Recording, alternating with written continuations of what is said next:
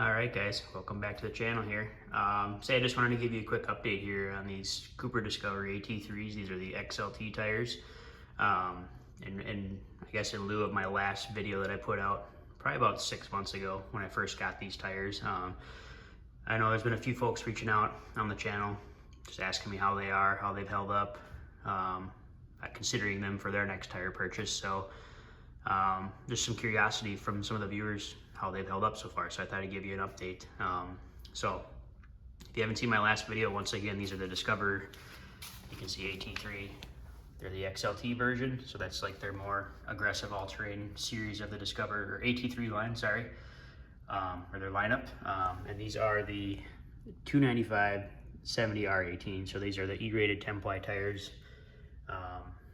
And so like I said, you know, for my last video, I've had these for about 6 months, 6 or 7 months actually, and then probably about 5,000, a little over 5,000 miles so far. So I just, commuting and stuff, I don't drive as much as I used to, so I don't rack up the miles as much, but nonetheless, I thought I'd give you an update on how they've held up since I've had them through fall time, winter here in the Midwest, and then springtime now, obviously. So just wanted to give you a quick update on them. So per usual with my last Falcon tires, I'll give you kind of an update here. So you can see it's the discount tire invoice. I had those at 99,949 miles. So that's when I bought these. You can see on the odometer here, we're at 105 and some change. So a little bit over 5,000 miles so far. It's almost 5,500 actually. So that's where we're at in terms of time with these. But yeah, just give you an update here. So you can see, I believe Cooper's manufacturer site on these 295s 70 are 17-30 seconds for tread depth. So let's take a look here. You can see, you know, we're right at that 17. So they really haven't worn at all, kind of to be expected with only 5,000 miles. You might even see that here in the center tread, it might even be a little bit deeper. Maybe just some, depends how hard you push down the tread depth gauge here, but I'd call that 17-30 seconds. So the front, we're sitting there, hasn't worn much at all. Let's check the back here now. So you can see the little dial indicator there, the bar with the 17. So probably in the rear a little bit of wear. Not even, you can see the 16 there is still a little bit below or buried. So I'd say closer to 17 than 16. So really no wear, just maybe a little bit in the back more than the front. With the 5,500 miles so far, to be expected, this is a half-ton truck, F-150. So there's not much, you know, weight compared to like a 3/4 ton or 1 ton that you would expect more wear with these. So let's talk about how they've held up through the 3 different seasons here so far. You can see, like I mentioned in my original video, I went in more detail on features here, so I'll just touch on a few real briefly.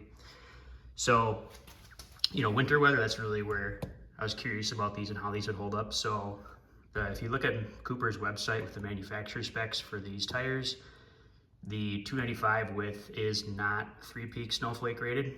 So that was kind of one concern I had buying these with my previous, I had the Falcon Wild Peaks and then the BFG KO2s both being 3-peak mountain snowflake rated.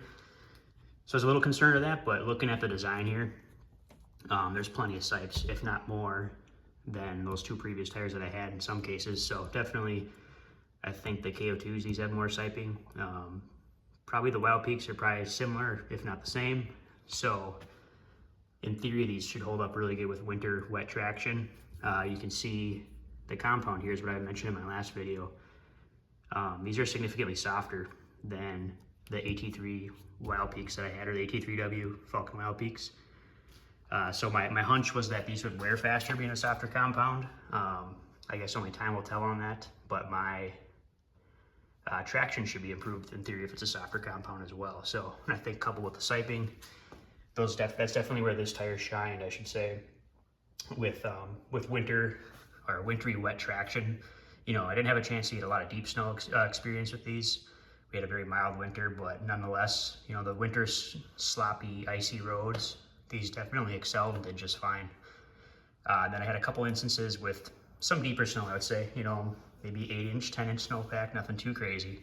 So I didn't really run them through the ringer per se, but these things excel just fine, especially ice fishing as well on ice roads. Sometimes they're plowed, sometimes they're not. Sometimes you go off the beaten path, and these things did just fine. So, and I think that's in part to the siping on here. Kind of has the aggressive sidebars here if you get into some deep snow or mud.